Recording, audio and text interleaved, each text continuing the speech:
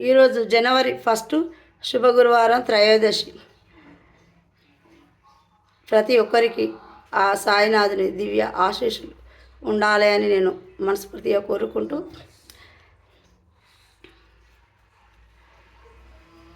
ఓం సాయిరామ్, ఓం సాయిరామ్, రాధే రాధే కృష్ణ సాయి సాయిరామ్.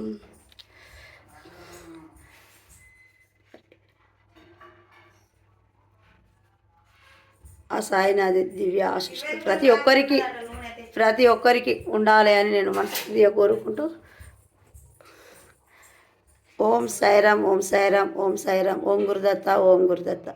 ప్రతి ఒక్కరూ ఆరోగ్యంగా ఉండాలి, ఆనందంగా ఉండాలి అని అందరికీ నూతన సంవత్సర శుభాకాంక్షలు. నిర్మల ఆమంచ.